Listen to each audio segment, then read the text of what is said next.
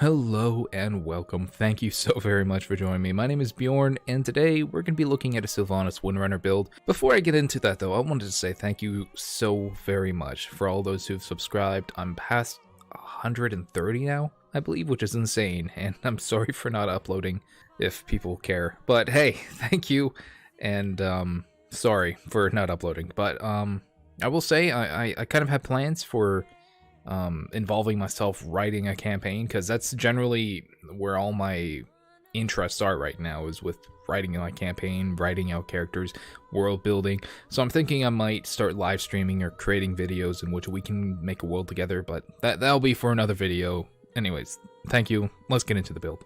Alright, so as we can see here, this is the build that I've ended off with: a Mastermind Rogue of level 10 and a Hex Blade Warlock of level 10. You might be saying, well, Sylvanas Windrunner is a Ranger, and while I agreed, I don't really like the Ranger as it is. They just recently came out with an Unearthed Arcana version of a Ranger, and it seems very, very good. It really does. But, until that's, I don't know, approved, I'm not sure how it works, where people can just take this and play it anywhere. This is kind of the build that I went with. I feel like it actually helps with a lot more of her abilities that she's demonstrated after she was risen by the Lich King. But yeah, we'll get into the build in a little bit. Now, because it is a multi-class, there is some minimum requirements here. For the Rogue, it is a Dexterity of 13, and for the Warlock, a Charisma 13. So, two stats that people always want no matter what anyways. So I see this as pretty nice for people. For your stat priority though, make sure your Charisma is your highest score. This is going to equal out to your attack to hit and damage modifier, thanks to being a Hex Blade Warlock. And then I would say aim for a 16 in Dexterity. I'm playing an elf here, so I gained that +2, so all I needed was a 14. But I plan on going the Medium Armor Master of this. This wasn't a character I made because of Sylvanas, this was just a character I made, but Sylvanas, it looks like she's wearing some sort of half plate in the game, so if you're looking to really play her, I would suggest going down the half plate route. If not, if you happen to get really good rolls, best of luck, maybe you can invest more into your dexterity. Of course, with the background, choose whichever suits your character. Come up with a background of your own. Don't exactly play Sylvanas. This is just a play style I felt akin to her, or maybe you can play her. I don't know. It's up to your game master and yourself. But claim this character as your own. Have fun with it. Have fun with the build, and just enjoy it. And as for a race of choice, as I mentioned, I was going with an elf. I've decided to go with the half elf here. The half elf, the high elf here. The reason why for the high elf is it fits my character, my NPC that I was creating.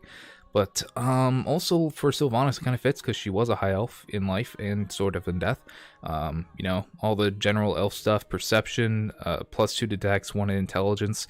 If you're looking for a more, an elf that would benefit this class more, I would suggest going with the drow. The drow is a +2 to dexterity and a +1 to charisma, instead of the +2 to dex and 1 to intelligence with the high elf. So if you're looking to really,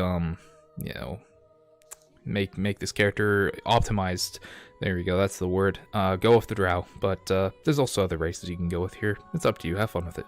Alright, so before we get too much into all the abilities here, I'm going to go into a brief leveling guide. So I would say start off with Rogue 1, and then invest 5 levels into the Warlock. The reason why for Rogue 1 instead of Warlock first is because Rogue gives you 4 proficiencies off the bat, and 2 expertise, and sneak attack. That's fucking insane. I love proficiencies in this game. I think they're the most useful thing that you can have. So I generally, if you're looking to multi-class into a rogue, see if maybe you can't start off with a rogue, because maybe that rogue will have, the 2 extra proficiencies you otherwise wouldn't have had. So all of a sudden you're that much more skilled and that much more useful to your group and to yourself. So rogue is a very good starting point for a lot of builds. But then the reason why the Hex Blade Warlock 5 right away is because once we invest the first level in the Hex Blade Warlock, we're going to be using again our Charisma to hit and for damage dies for our Hex weapon. And then eventually our Hex weapon will be able to be a ranged weapon once we get the proper invocations for it. And then 5th level Warlock, we gain the extra attack. So we're keeping up with action economy. We got a lot of proficiencies. We're looking good. After that point, I would say maybe after Hexblade Warlock 5, invest into Rogue 3. That way you gain the Mastermind, you gain all the abilities there.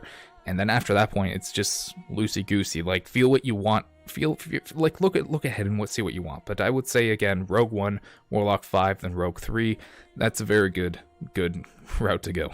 Alright, and to go over some of the abilities, the reason why I felt that this suits Sylvanas so well, obviously with the Mastermind, Sylvanas has always been a master of tactics, a tactician, I should say, but I kind of, again, I mentioned, you know, very proficient, a lot of expertise that we can gain, but the main thing that I really liked was, where was it? I think it's, yeah, the Master of Tactics here, so we can use the help action as a bonus action every turn. That is insane. If we can find a means in which giving advantage to our allies for their attacks, for their whatever, each round of combat, that's nuts. So say you shoot your enemy twice, you yell something to distract them and intimidate them, to deceive them to pay attention to you, which gives that player that you're looking to give advantage for the attack. So like you may have to be creative with how you give advantage and how you help, but that's fine. That shouldn't be too hard. You know, like as long as your dungeon master yourself can work it out, I don't see why it's something that can't be done. But the reason why this is so powerful is because, like, there is, like, say the Battlemaster Fighter, they have an ability that they can give advantage with a use of their superiority die.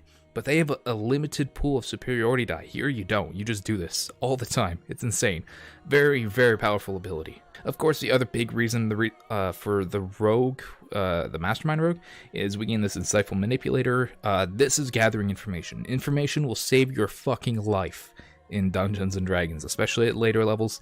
If you go into a battle not knowing what you're up against, you're fucked. And sometimes, you know, there could be some intrigue plot, I don't know, murder mystery or something like that. This would really help with that, or just gathering information on people that could be suspect, and you can't necessarily, you know, outright intimidate people or interrogate them, I should say, and you know, go about doing that willy-nilly. But having just a 1 minute conversation, and you can deduce a lot of information from them, figure out their weaknesses, and possibly more if at the DM's discretion. Like, this is a very useful tool. Of course, with the rest of the rogues toolkit here, in general, it's very useful.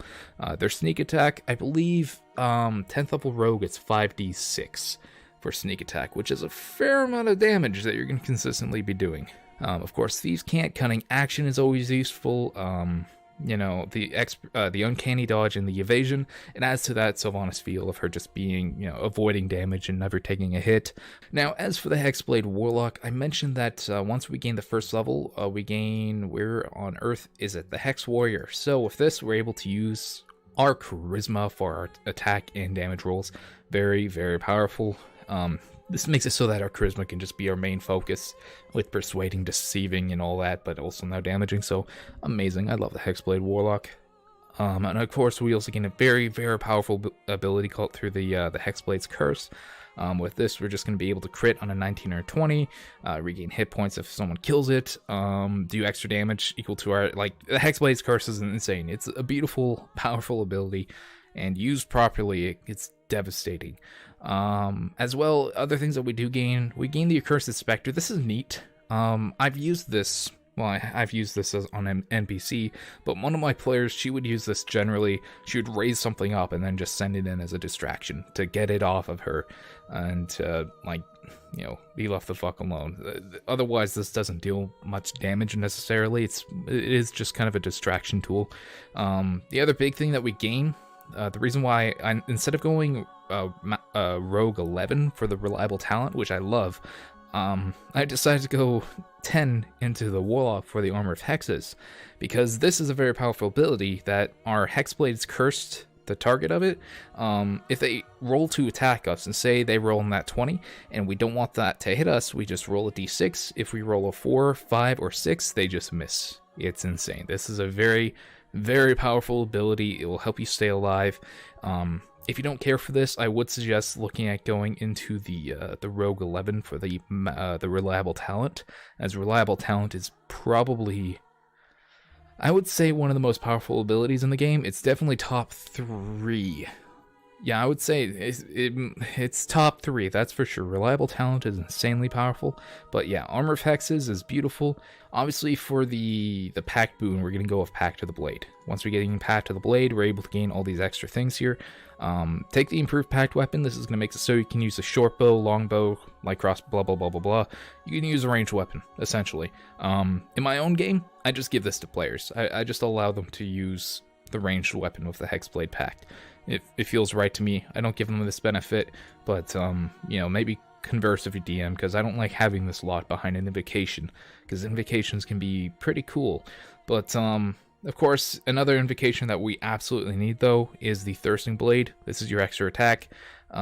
Mask of Many Faces are pretty useful. I think Sylvanas did one instance of where she kind of used something like that. It was in the Eastern Plaguelands. No, sorry, the Western Plaguelands. And she discovered that the one Death Knight there wasn't, like, loyal or whatever, so she captured him and then started torturing him again for the next couple expansions, and then people just kind of forgot for a little bit up until Legion, but whatever. And then for the final invocations, I'd recommend looking at Maddening Hex and Relentless Hex. Maddening Hex is just a pulsating psychic damage that just like comes out of your Hex or your Hex Blades, your cursed target that you hit. This is a lot of extra damage that you're going to be doing to crowds of people. Like, it is only your charisma modifier, but that's damage that you weren't doing otherwise. And then Relentless Hex is an ability that's typically used for closing the gap. So like, you move up to a target, you're not there yet, you use your Relentless Hex, you teleport up to that target. It's pretty cool. It's very cool, but because we're playing a ranged, and I've done this for my player who played this build in the past, I would say change its, ask your dungeon master if you could change it so they can teleport within the 5 to 30 feet. So like, you can teleport away from them. You don't have to teleport closer to them, because this becomes pointless if you're playing a ranged character and you want to stay away. I'll say right now, it's very powerful. But it's very, very badass. It's very cool. She was very hard to pin down, and it made the character feel absolutely amazing, and I want my players to feel really cool. It wasn't impossible to nail her down, because you just need a whole person. Really, that's it. And then they're fucked. But yeah, so the Relentless Hex is a beautiful, beautiful thing to have. See if you can't change it a little bit with your Dungeon Master. Work it so that because you are playing that ranged, you can teleport away. Now to get into the feats. For the first feat, I would recommend that you take, well, this is not it. I think I went in order here. So let's take a look here. Yeah, so I did go in order. So, Elven Accuracy, absolutely essential. Take this. This gives you super advantage on your attacks, essentially. If you have advantage on a roll, you can re-roll one of those dice. It's super advantage. You're going to get a lot of 20s with this. And then you also increase your score. Decided to go with Charisma here. Another feat, I decided to go with Sharpshooter. This is obvious. I'm not going to go too much into this. People already know Sharpshooter. It's beautiful. As for another one, I think we've seen it here briefly. I just increased my Charisma. I want to get my Charisma up to 20. It's invaluable to us. As for another one, I went with the Medium Armor Master. This makes it so that we can stealth around without disadvantage in our half plate now. And as well, instead of adding our 2 from our dexterity, we can add a 3. So our armor class just goes up in general. It's pretty nice. I just like the medium armor generally for the aesthetic feel of things. Honestly, it's really cool. I think medium armor can be very beautiful. And as for a final feat, I went with Alert here. Bonus to our initiative, can't be surprised. It felt fitting towards my NPC. Also feels kind of fitting towards this Sylvanas character. But I would also say look at maybe taking Lucky, of course. Invaluable, skilled, any number of feats really. Mobile would be a good one. Athlete could be a good one. Any number of these skills. Observant, there's plenty of things here that would suit this character pretty well. Alright, so that's the build. It's Sylvanas. It's pretty straightforward. It's nothing too complicated or, hard to understand. As for some gear quickly, some basic stuff. Half plate 1, longbow 2, ring of protection, braces of archery, tome of leadership and influence if you can get it. Like, cool shit like that. It's pretty nonchalant. It's nothing necessarily special or new, but it'll definitely help out this character a lot. A decent set of skills here that we can use to lead or deceive or whatever we need to do. Yeah, I love this character. We have a lot of consistent damage through our sneak attack. We have our extra attack. We have our Hex Blade, so whenever that goes off, we're dealing a lot of damage to that one target through our proficiency bonus as well. Gosh, they're like, it's a pretty, it's a straightforward build, but I feel like it just suits Sylvanas, because again, with us playing the Warlock, we also have that a means of raising dead too if we want through our spells, I believe. So if we want, we can go down that route. It's really how you roleplay the character out when it comes down to it. This is just a toolkit, you know, like this is my NPC that I plan on running for one of my, it's gonna be a grandmother, I believe, of one of my characters I was writing out for. But yeah, I'm not going to go too much into Hamish right now. He has an insane backstory. But yeah, thank you for watching. I hope you've enjoyed. I hope that this inspired you to play Sylvanas Windrunner build. I know Sylvanas is getting kind of old to a lot of people because they're kind of tired of, you know, just focusing around her. But I don't care too much about WoW anymore. I really wish I did. But yeah, thank you so very much again for watching.